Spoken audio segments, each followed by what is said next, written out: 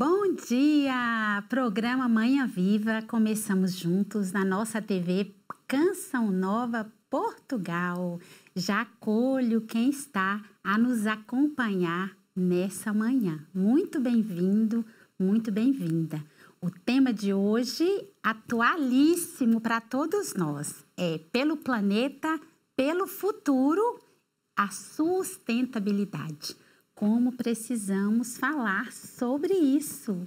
E no programa de hoje temos uma convidada também muito especial. Vocês vão perceber por quê. Para falar desse tema, temos aqui uma psicóloga. Acreditas? Doutora Mônica Barbosa, que eu já conheço, já tive a oportunidade e a graça de estar com ela, por isso eu estou bem à vontade. Ela vai conversar conosco sobre este tema. Ela faz parte da Ecopsi. Eu vou deixar também que ela explique depois para quem nos acompanha o que é essa Ecopsi. Por que temos uma psicóloga a falar da sustentabilidade? Um nome difícil, né? Mas a gente vai treinando. Então, é essa conversa que vamos ter. Antes de nós apresentarmos aqui a nossa convidada e acolhê-la, nós vamos para o nosso momento de oração. E nós não poderíamos deixar de mencionar nesse programa o santo padroeiro do meio ambiente, o queridíssimo São Francisco de Assis, que teve uma relação tão bonita com toda a criação de Deus. Ele manifestou isso nas suas orações. E nós vamos rezar com um trecho muito bonito que São Francisco escreveu, o louvor às criaturas. São Francisco via Deus em toda a criação e ele nos ensina muito. Então vamos rezar esse louvor juntos? Em nome do Pai, do Filho e do Espírito Santo. Amém. E rezamos assim: louvado sejas, meu Senhor, com todas as tuas criaturas, especialmente o meu Senhor irmão Sol, o que faz o dia e por ele nos alumia. E ele é belo e radiante, com grande esplendor. De ti, Altíssimo, nos dá ele a imagem. Louvado sejas, meu Senhor, pela irmã Lua e pelas estrelas que no céu formaste claras, preciosas e belas. Louvado sejas, meu Senhor, pelo irmão vento, pelo ar, pela nuvem, pelo sereno e por todo o tempo com o qual as tuas criaturas dás o sustento. Louvado sejas, meu Senhor, pela irmã água, que é tão útil e humilde, preciosa e casta. Louvado seja, meu Senhor, pelo irmão fogo, pelo qual iluminas a noite. Ele é belo e alegre, vigoroso e forte. Louvamos a Deus também pela nossa vida, que Ele nos dá mais um dia. Isso é uma graça muito grande, estarmos aqui vivos, a nossa saúde, tantos motivos para louvar. E nós fazemos assim essa oração de louvor nessa manhã. Glória ao Pai, ao Filho e ao Espírito Santo, como era no princípio, agora e sempre. Amém. Doutora Mônica, de volta ao Manhã Viva. Muito gosto recebê-la. Bem-vinda. Obrigada, é um gosto estar aqui também. E olha, obrigada a nós, porque a gente sabe que não é fácil conciliar a rotina, o trabalho, né? E estar aqui conosco. Então, a gente tem que agradecer muito a sua presença, doutora, para falar desse tema. Atualíssimo, sim. Atualíssimo e um tema que vai ser falado hoje com outro olhar, né, doutora? E eu queria que você começasse explicando para quem nos acompanha o que é a Ecopsi, da qual faz parte, né? A Ecopsi é um grupo de profissionais, agora somos todos psicólogos, antes havia também psiquiatras e outros terapeutas, portanto é um grupo de psicólogos que pretende divulgar, sensibilizar, informar para o impacto que as alterações climáticas podem ter na nossa saúde psicológica.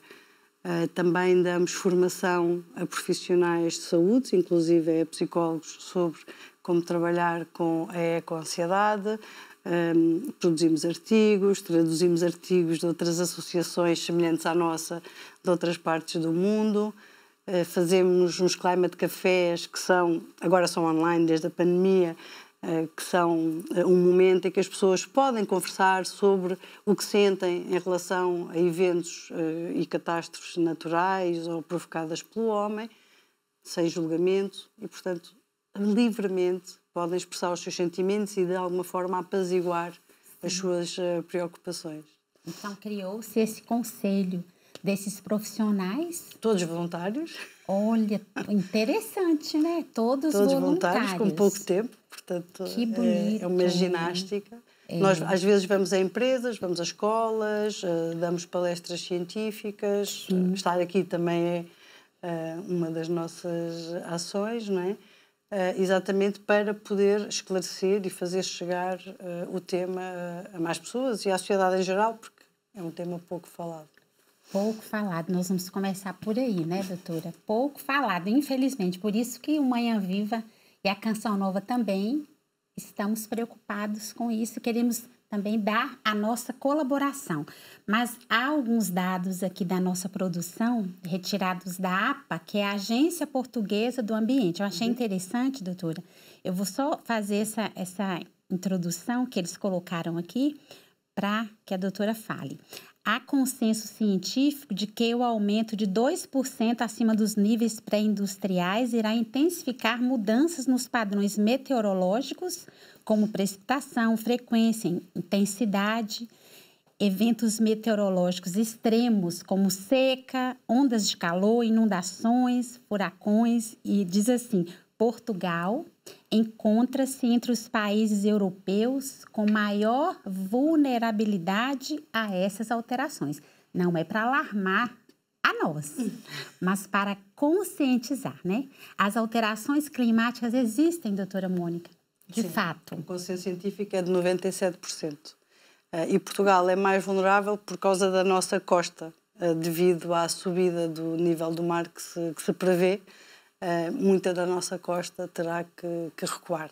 E, portanto, aquelas populações litorais terão que migrar e isso vai trazer muita agitação social, não é? Nós já vemos que de outros centros, de outras zonas do mundo, não é? Estão a emigrar imensas pessoas devido a eventos extremos, as inundações. Essa migração que a doutora refere é sair daquelas zonas litorâneas. Sim. Há muitas ilhas que já desapareceram e, portanto, as pessoas têm que vir para os continentes e migram, não é?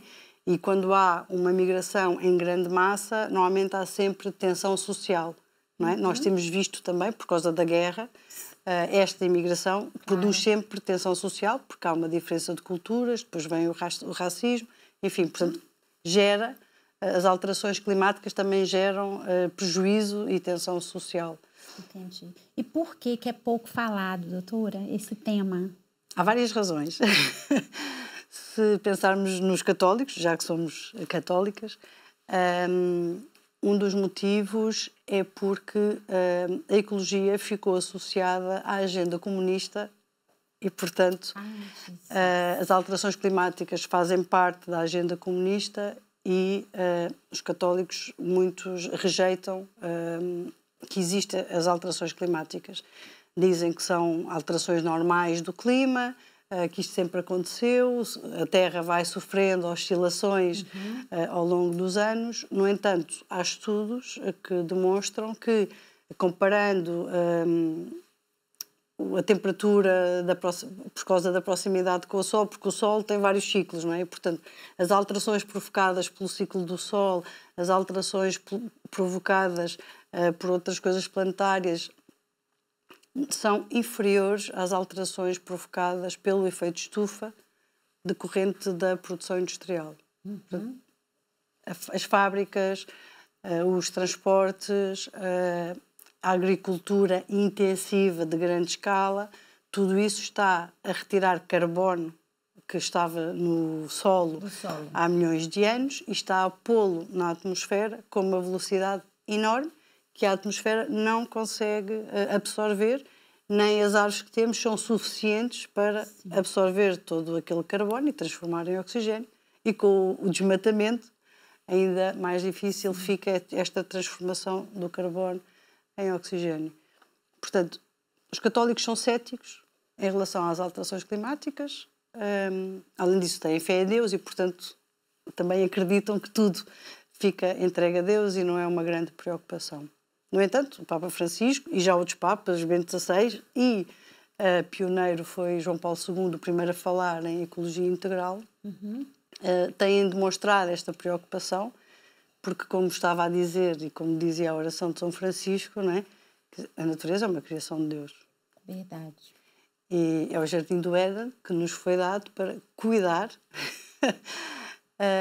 E, portanto, não estamos a cuidar deste jardim do Éden. Estamos a dilapidar os recursos naturais que temos à nossa disposição. Sim. Estamos a usar... eu penso que agora, este ano, penso que os recursos acabaram em junho.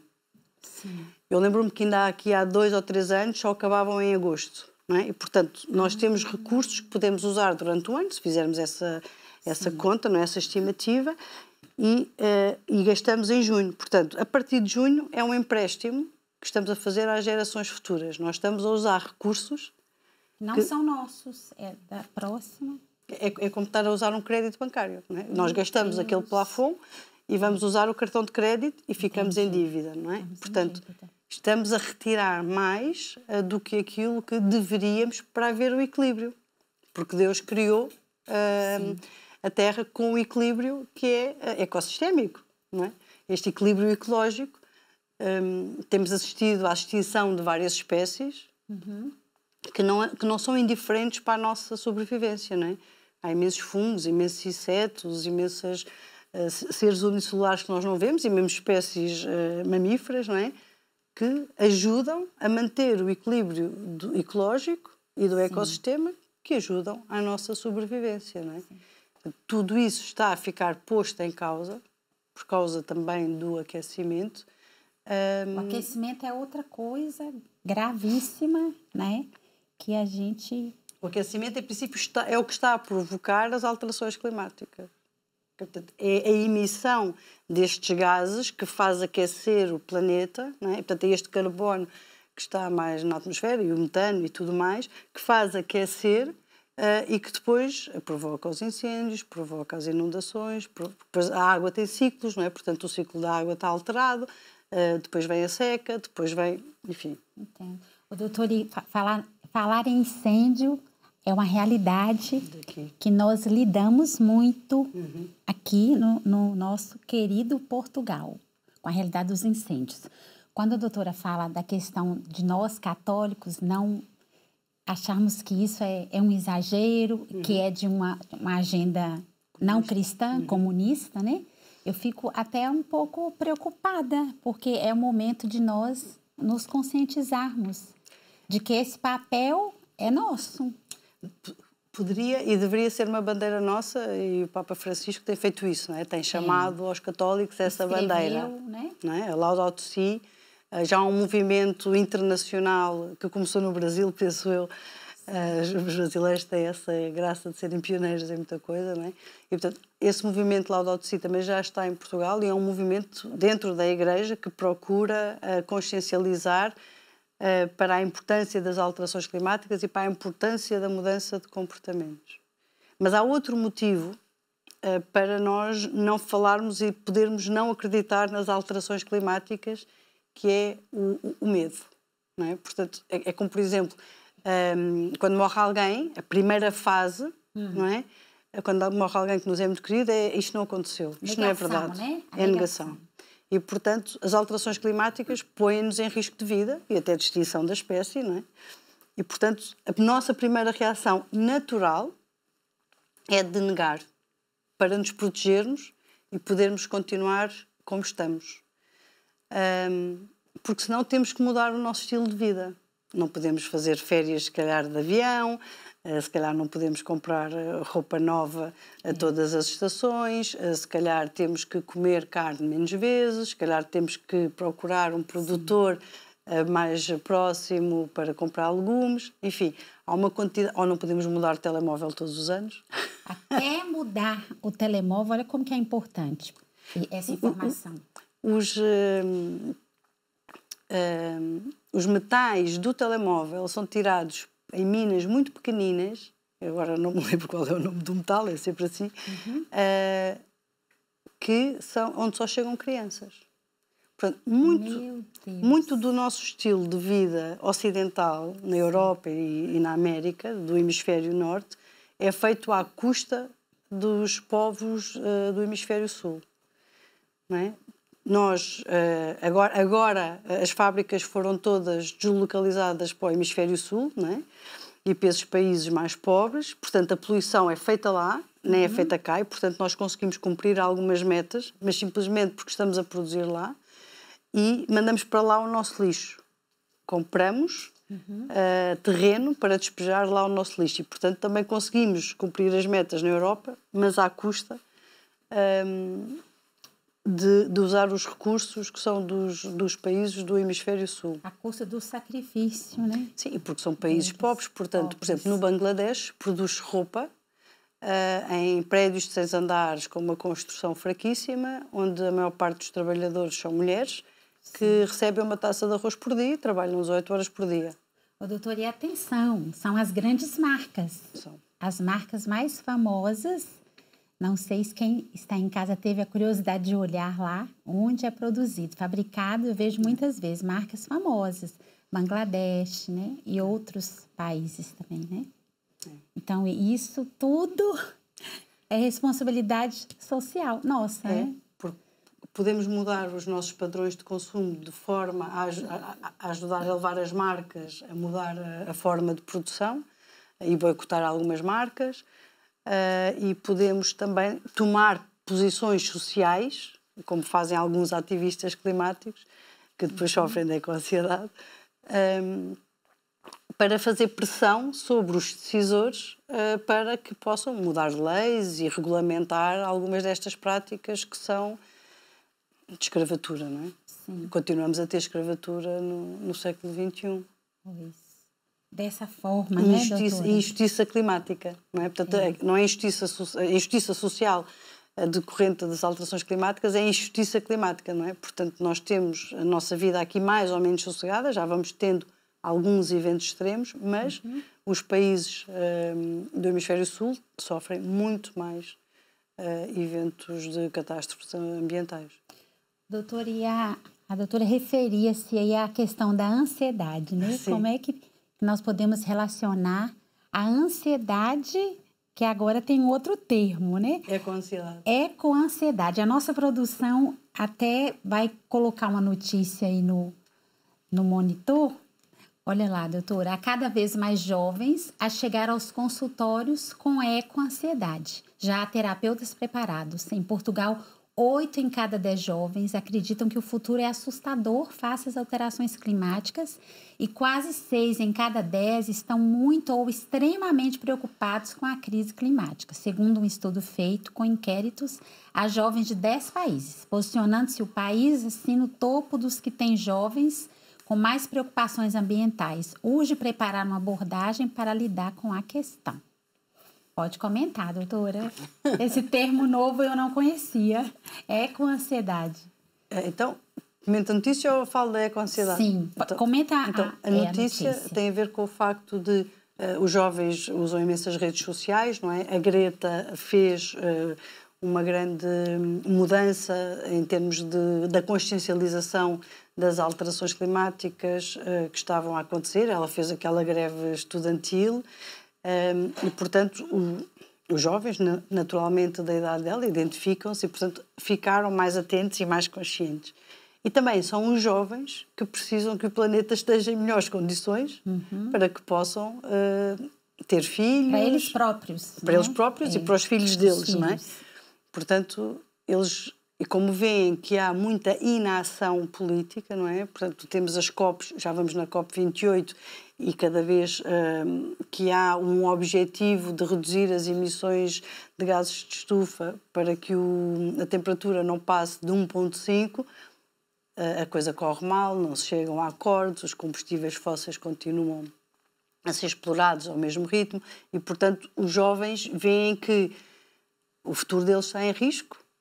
O planeta que eles vão receber estará dilapidado, terão que se sujeitar a incêndios frequentes, furacões frequentes, secas frequentes, cheias frequentes, e que os mais velhos não estão a fazer nada em relação a isso. É por isso que acontece, então, esse dado, né? Da ecoansiedade. Da ecoansiedade. Sim. E como essa ecoansiedade se manifesta, doutora? Então, manifesta-se por stress, não é? Portanto, há uma agitação e uma preocupação resultante do medo e da incerteza face ao futuro, não é? Eu não sei o que vai... Eu cresci a querer ter uma carreira, a querer constituir família, a ter uma casa, não é? Portanto, para eles, neste momento, isso se calhar é escusado, não é? Estarem com essa preocupação. Alguns deles, ficando muito ansiosos, até deixam de estudar e ficam deprimidos porque acham que não têm futuro e, portanto, não vale a pena investirem nem nos seus estudos, nem na vida, não é? E têm uma depressão. A ansiedade é resultante desse medo e, portanto, pode dar insónias, pode dar redução do aproveitamento escolar, pode dar irritação e dificuldade nas relações sociais e essa raiva, essa revolta com os mais velhos, com o sistema, não é? Verdade. Doutora, e de que forma o trabalho de vocês alcança, né? Como é que é o trabalho agora desses profissionais com essas pessoas, que eu acredito que também não sejam só os jovens que podem sofrer dessa ecoansiedade, as pessoas que estão mais informadas sobre as questões ecológicas sofrem mais da ecoansiedade do que quem não pensa, não estuda, não se informa sobre questões ecológicas, não é? Também as pessoas que dependem do ambiente para a sua subsistência, os agricultores, os pescadores, essas pessoas dependem do equilíbrio do ecossistema e, portanto, essas pessoas também podem ficar mais angustiadas. Os jovens, normalmente, são aqueles que vêm mais ao consultório, alguns deles porque são ativistas, outros simplesmente porque estão a tomar consciência e estão a ficar ansiosos com essa questão. O trabalho que fazemos, em alguma parte, é igual ao trabalho que se faz a toda a ansiedade, não é? Há uma parte que é comum. Depois, aquilo que é específico da ecoansiedade tem a ver com promover o contacto com a natureza, por exemplo, atividades ao ar livre, por forma a que a pessoa... Porque quem sofre de ecoansiedade sente-se impotente, não é? E sente que o que está a acontecer é avassalador e eu fico incapaz de fazer o que quer que seja, não é? E, portanto, é importante que a pessoa possa relacionar-se com a natureza de uma forma próxima para a conhecer e perceber de que forma é que pode fazer mudanças na sua vida para, pelo menos, fazer com que a sua pegada ecológica não seja tão grande, com que não esteja a contribuir para a produção industrial. E, portanto, podem-se fazer, descobrir com a pessoa que comportamentos é que pode mudar no seu dia-a-dia para reduzir essa pegada ecológica, por exemplo. Outra coisa muito importante é incentivar a pessoa a encontrar outras pessoas que têm a mesma preocupação. Porque muitas vezes, como ainda é um assunto pouco falado, a pessoa que se preocupa com as alterações climáticas sente-se isolada e sozinha e, portanto, parece que ainda é mais impossível fazer alguma coisa para mitigar as alterações climáticas, porque uma pessoa sozinha não consegue fazer nada. Ou seja, estar em grupo, também esse trabalho pode ser feito em grupo, é importante, É importante, né? é importante que a pessoa encontre outras pessoas que se preocupam e que possam conversar sobre isso, que possa aprender que estratégias é que essas pessoas usaram no seu dia-a-dia, seja mudando a alimentação, seja alterando os padrões de consumo, seja andando a pé em transportes públicos em vez de usar o carro. Há imensas pequenas coisas que se podem fazer, seja juntando-se a um grupo que vai sensibilizar políticos ou outras coisas assim. Portanto, é importante que a pessoa... Porque a ansiedade é uma reação ao medo. E a ansiedade é boa, ela é nossa amiga. Porque se a Vânia não sentisse ansiedade a atravessar a rua, atravessava sem olhar. Sim. E era atropelada. Portanto, nós quando chegamos ali à beira da estrada, sentimos assim uma certa ansiedade que faz com que paremos, olhemos para a esquerda, olhemos para a direita e atravessamos em segurança. Portanto, a ansiedade está-nos a avisar de que é um perigo. Sim. Portanto, a ansiedade não é uma inimiga, é uma amiga. Não é? E, portanto, É preciso que estas pessoas consigam usar a ansiedade como forma de ficarem mobilizadas para a ação, em vez de ficarem paralisadas e assoberbadas por essa ansiedade e deprimidas, não é? Em último caso. Bom. A ansiedade é nossa amiga, se soubermos usá-la para ações boas. Muito boa essa informação aí que a doutora Mônica nos traz. Nós vamos fazer um breve intervalo aqui nessa conversa, mas já voltamos com mais informação aí pelo planeta, pelo futuro. A sustentabilidade é importante para mim e para você que está em casa.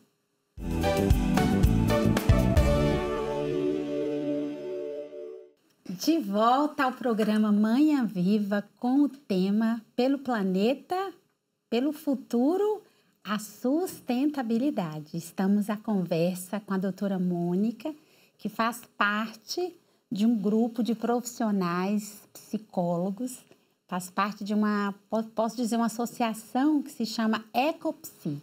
Estão preocupados aí com a questão das 4 áreas: a crise planetária, a cidadania, a saúde mental e a questão climática. Esta organização junta clima e psicologia. Estamos numa boa conversa aqui com a doutora Mônica, trazendo muitas informações para nós, principalmente conscientização. Olha, já ia me pegando aqui no termo. Principalmente nós precisamos estar conscientes do nosso papel como cristãos que nós somos.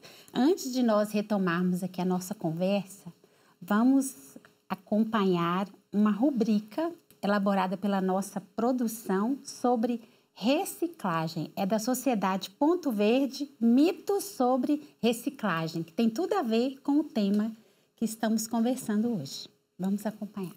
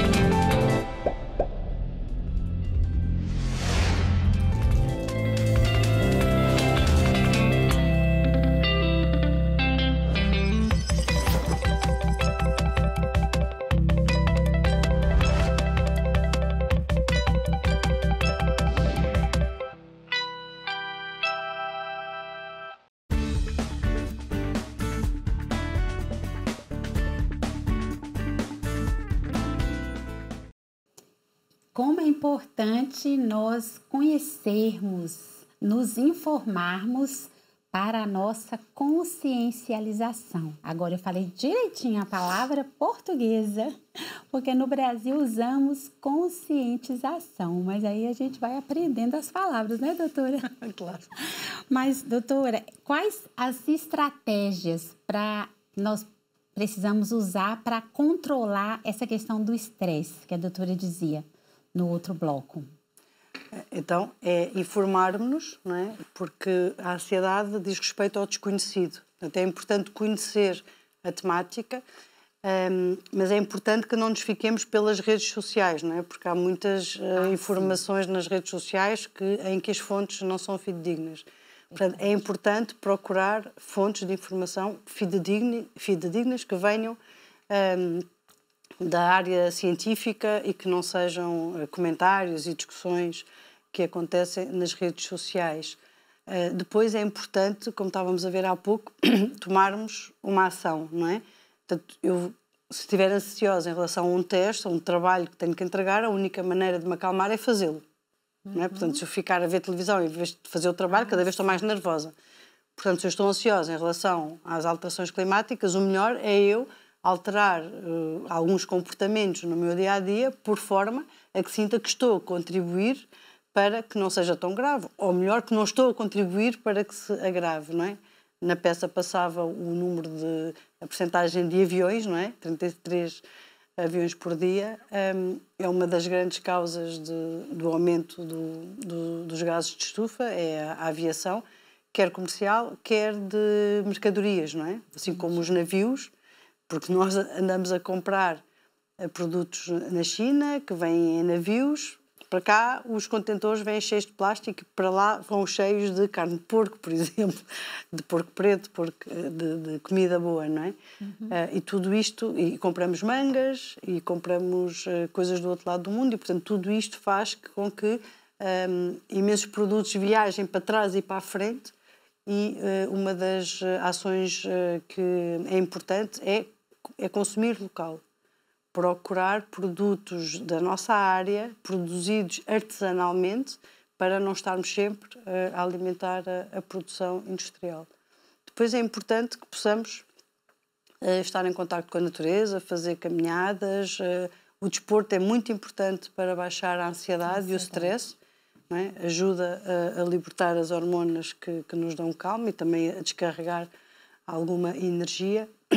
E podermos estar com outras pessoas que também se preocupam com estes problemas. Entendi. Doutora, quando você falava da questão do nosso papel, né? Eu fiquei assim... Como católicos. Como católicos, como cristãos que nós somos. Fiquei impactada com essa fala de que nós não podemos pensar que isso não é cristão o tema, né? Muito pelo contrário, é um tema cristão.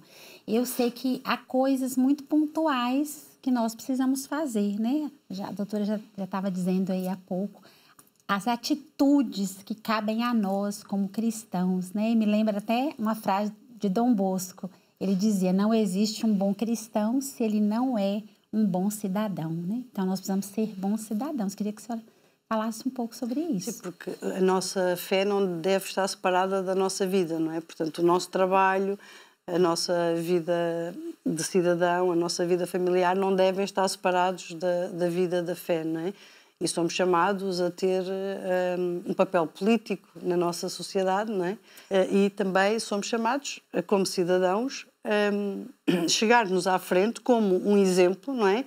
De quem sabe e reconhece que a criação é um dom de Deus, que nós ficamos com a missão de o cuidar, porque quando Deus diz que dominaremos a face da terra, não é o domínio como nós conhecemos hoje a palavra, é um domínio de cuidar e ser responsável. E, portanto, era importante que nós tomássemos a dianteira da luta contra as alterações climáticas, sim, porque, de facto, temos consciência de que a Terra é um dom, porque as alterações climáticas provocam medo e temos o receio de que a espécie se possa extinguir e temos o receio do futuro que vão ter os nossos filhos e os nossos netos, mas para nós católicos é mais do que isso. E não é apenas também uma questão comercial de que temos que baixar a importação e a exportação. Para nós católicos é mais do que isso, não é? Portanto, além disso tudo, há a questão de que Deus nos deu a criação para cuidarmos dela com o respeito a que somos chamados. Verdade. Doutor, e esse termo solastalgia, é isso mesmo? Fala um pouco para nós. O que é isso? Qual é a ligação? É com ansiedade, é o medo de coisas, de eventos de catástrofe ambiental que podem vir a acontecer na minha zona ou em zonas distantes, não é? Eu posso ficar ansiosa por ver aquelas inundações nas Filipinas, ou os tufões, ou as cheias nos Estados Unidos, aqueles fogos, enfim, essas coisas todas. Quando as vemos, nós ficamos ansiosas. A solastalgia é o impacto emocional quando essa catástrofe acontece na minha zona. Por exemplo, aqui houve incêndios perto, não é? E, portanto, as pessoas daí não sofrem com ansiedade, porque não é uma possibilidade, é uma realidade. E, portanto, há um luto por casas que arderam, por pessoas que morreram, por uma zona que está alterada e ferida por um incêndio, neste caso. E, portanto, é essa dor de algo que realmente aconteceu. Entendi. Doutora, fale-nos da importância da pessoa que está a passar por isso procurar a ajuda de um profissional. Pois, porque pode acontecer, como tínhamos visto há pouco, que a pessoa pode ficar paralisada, não é? E pode ficar paralisada a ponto de desistir de estudar, ou a ponto de ter o sonho de criar uma família ou de querer construir uma carreira. E, portanto, nessa altura, a pessoa precisa de ajuda para poder voltar a ficar funcional e em pleno, não é? Poder estar em pleno para a sua vida e para o seu futuro. Em casos menos graves, às vezes, recorrer ao profissional ajuda a encontrar as estratégias, que já vimos há pouco atrás também, não é? Principalmente porque, às vezes, a revolta que há em relação à sociedade e aos decisores políticos e económicos que não fazem nada. Portanto, essa revolta às vezes, mesmo que a pessoa consiga estar funcional, essa revolta às vezes é mesmo difícil de gerir e reflete depois em conflitos relacionais nas outras áreas da sua vida, e é por essa razão muitas vezes as pessoas pedem ajuda. É importante, né? Doutora, agora falando desse assunto, nós também nos lembramos muito do nosso querido Papa Francisco, né? Sempre antenado com aquilo que está acontecendo à nossa volta, né? À volta dele. Ele é muito atento. E ele escreveu esta carta, que já tem um tempo, mas que é muito atual. De que forma a doutora vê que é possível aplicar aquilo que são as direções que o Papa deu? O Papa está sempre a falar da questão da indiferença, não é? Portanto, não podemos, um católico, um cristão, não pode ser indiferente ao seu irmão, não é? Não pode ser diferente ao outro. E, portanto, pegando na injustiça climática de que já falámos há bocadinho, é importante que nós tenhamos aquela consciência de que o que acontece na outra parte do mundo, eu posso não ser responsável diretamente, mas sou indiretamente. Por causa dos meus padrões de consumo, por causa do meu estilo de vida, eu estou a causar dor, dano noutras partes do mundo. E o Papa fala e insiste nesta questão da justiça climática. Entendi. Doutora, e esse grupo aí desses profissionais, esses psicólogos, eles dão formação sobre esse tema para as pessoas? Podia falar, há grupos, né? Como é que é feito? Nós damos formação para profissionais da saúde mental. Porque acontece que muitas vezes as pessoas vêm ao consultório, não por causa da eco-ansiedade, mas muita gente faz comentários, por exemplo, bom, ontem estive na praia, estavam 22 graus em fevereiro, mas amanhã já vem uma frente fria polar e é preciso andar de gola alta. O tempo está maluco, está instável, não é? As pessoas às vezes fazem estes comentários e por trás já há uma preocupação, não é? E, portanto, isto está instável, está estranho, é um bocadinho assustador o que vai acontecer, o que será que vai acontecer?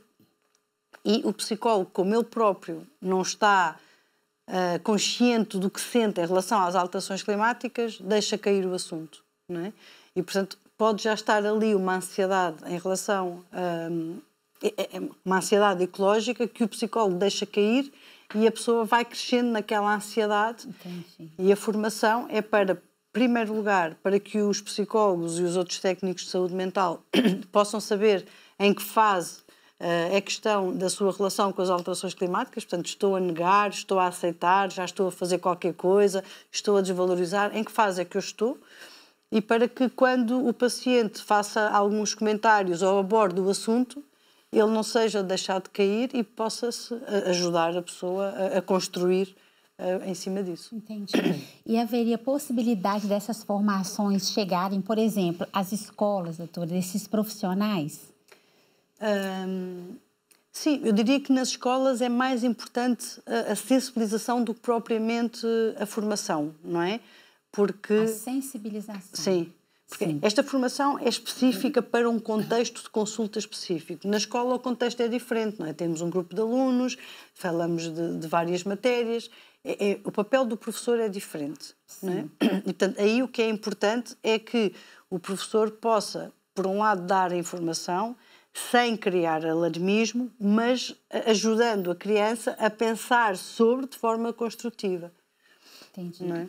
E a doutora percebe que hoje acontece isso, por exemplo, dessa consciencialização sem alarmar, porque às vezes também nós podemos ser levados pelas notícias sensacionalistas, né?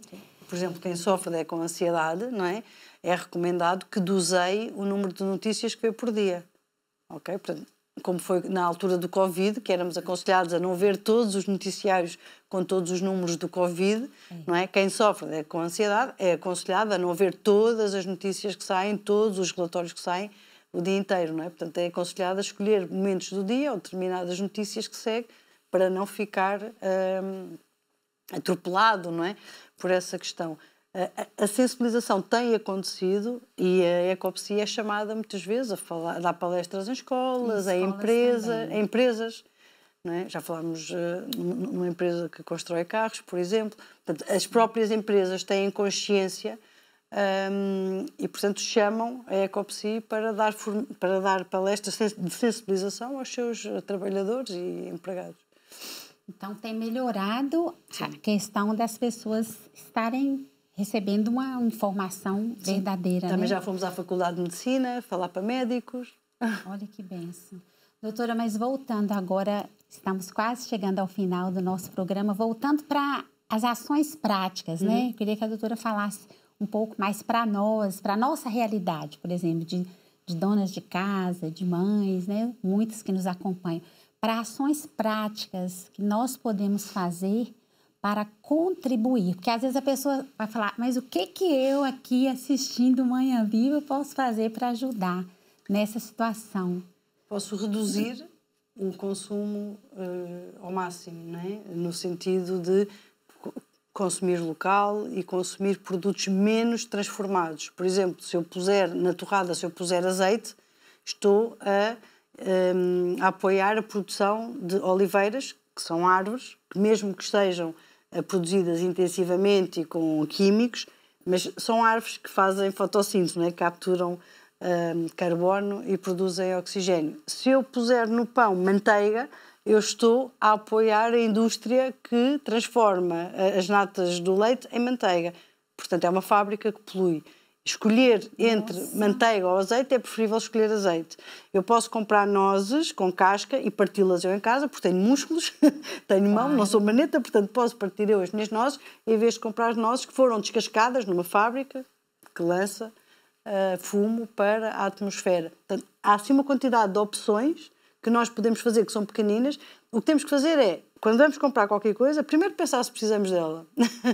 Isso aí é um ou se queremos. Eu quero. Está bem, mas preciso dela, não é? Depois ver se há alguma coisa menos processada, menos transformada, que eu possa comprar e que até é mais saudável. Porque até para a nossa saúde é muito mais saudável pôr azeite do que pôr manteiga, não é? Tudo o que é processado traz menos saúde ao nosso corpo, porque nem tudo conseguimos metabolizar da mesma maneira.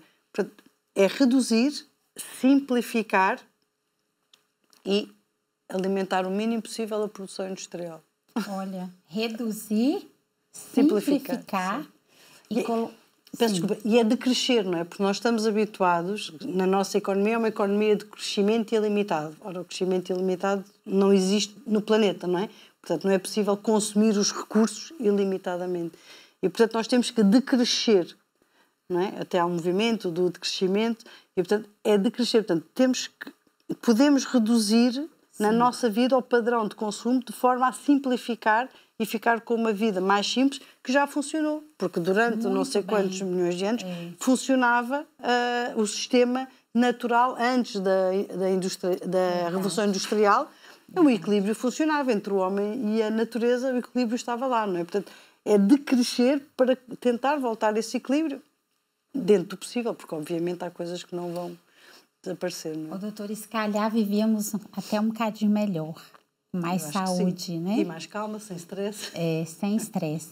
Engraçado que a sua fala me lembra algo que nós ouvimos muito aqui de uma tia querida, né? Da comunidade até já falecida, que dizia: descascar mais e desembalar menos. Exatamente. Ela tinha isso escrito lá na cozinha da casa dela para lembrar que não comprar tanto produto industrializado, em embalagens, né? Não precisamos comprar a salada embalada, podemos comprar uma alface, lavá-la e fazer em casa. Doutora Mônica, eu queria que a doutora deixasse agora a sua observação final, algo que queira acrescentar sobre esse tema tão importante, falarmos sobre ele, né? E nós podemos, todos nós, fazer a nossa parte.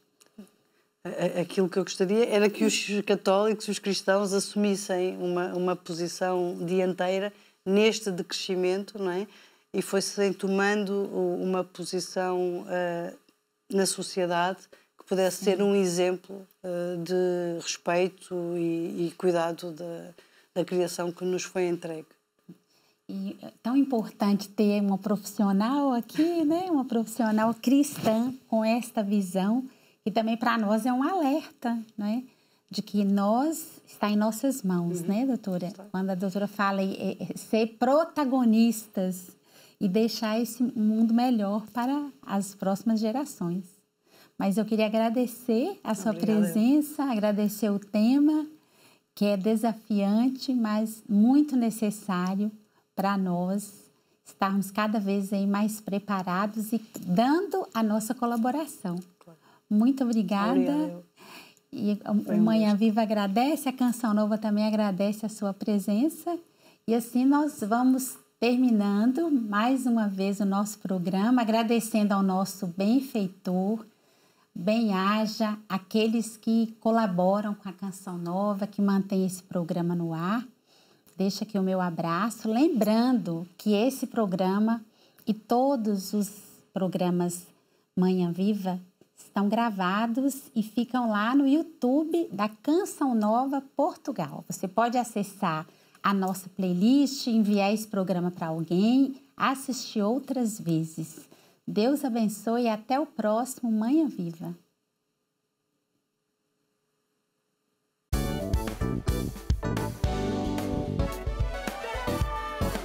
Se gostou deste programa, clica aqui na nossa playlist aqui em baixo para ver outros episódios. Se ainda não subscreveu o nosso canal do YouTube, faça-o já clicando neste botão aqui do lado e será logo o primeiro a saber todas as novidades.